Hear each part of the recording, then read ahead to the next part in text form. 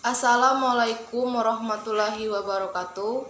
Perkenalkan, nama saya Pupita Dwi Putri dengan NIM 2111250035. Mata kuliah Psikologi Pendidikan, dosen pengampu Deni Febrini, SAG MPD, Prodi Pendidikan Islam Anak Usia Dini, Fakultas Tarbiyah dan Tadris, Lokal 2D.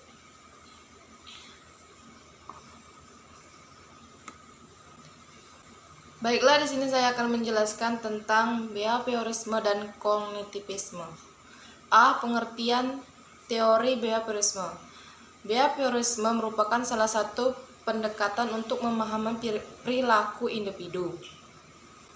Behaviorisme memandang individu hanya dari sisi fenomena jasmania dan mengabaikan aspek-aspek mental. Dengan kata lain, behaviorisme tidak mengakui adanya kecerdasan, bakat, minat, dan perasaan individu dalam belajar.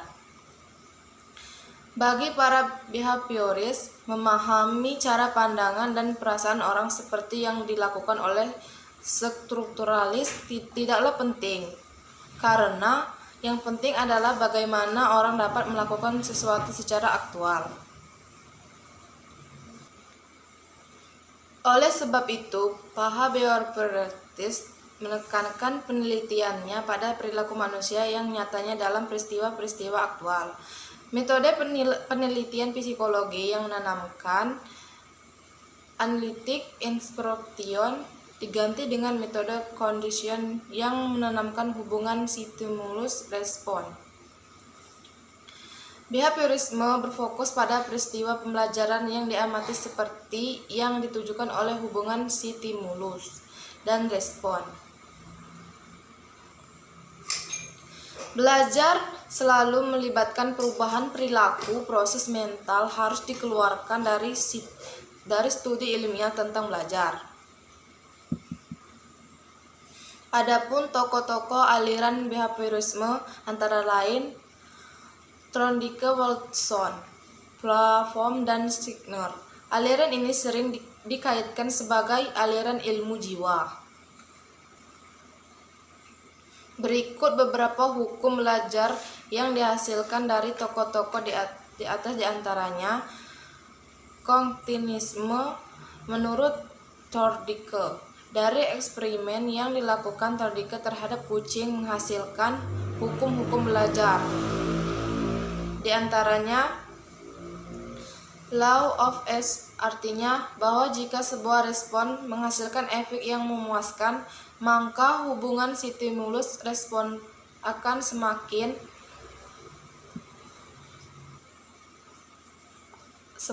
lemah pula hubungan yang terjadi antara stimulus respon.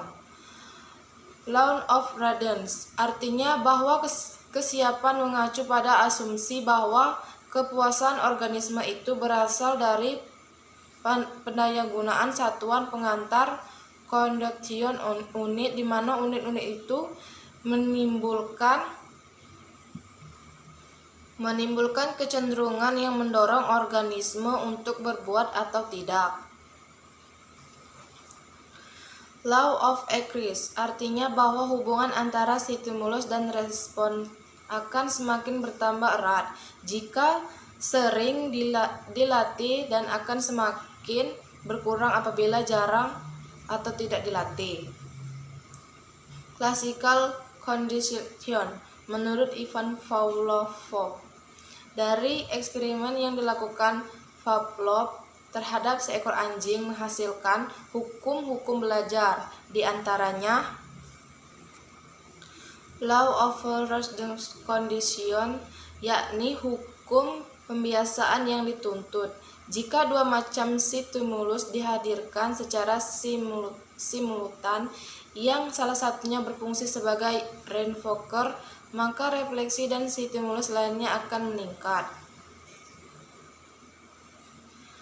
Law of responder excitation, yakni hukum pemusnahan yang dituntut jika refleksi yang sudah diperkuat melalui responden Suggestion itu didatangkan kembali tanpa menghadirkan reinforcer, maka kekuatannya akan menurun.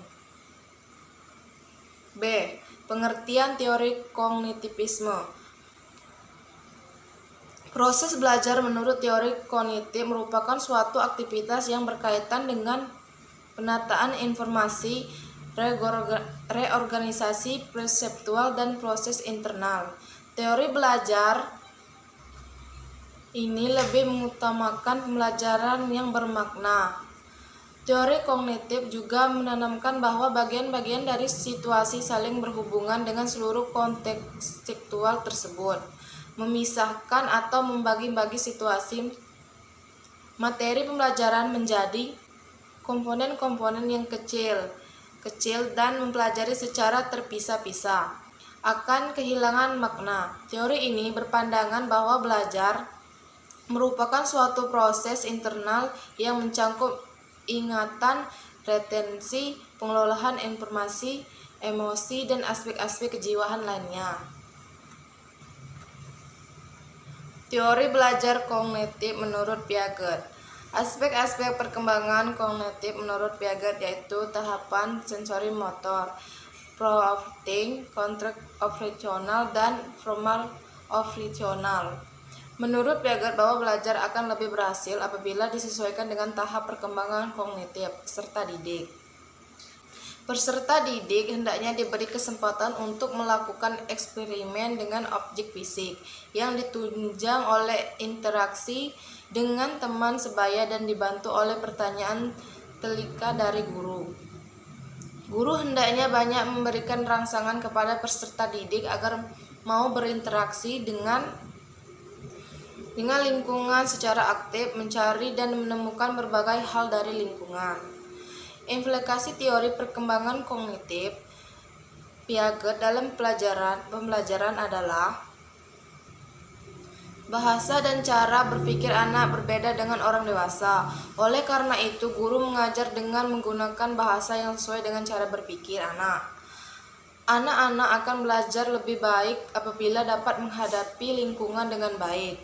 Guru harus membantu anak agar dapat berinteraksi dengan lingkungan sebaik-baiknya.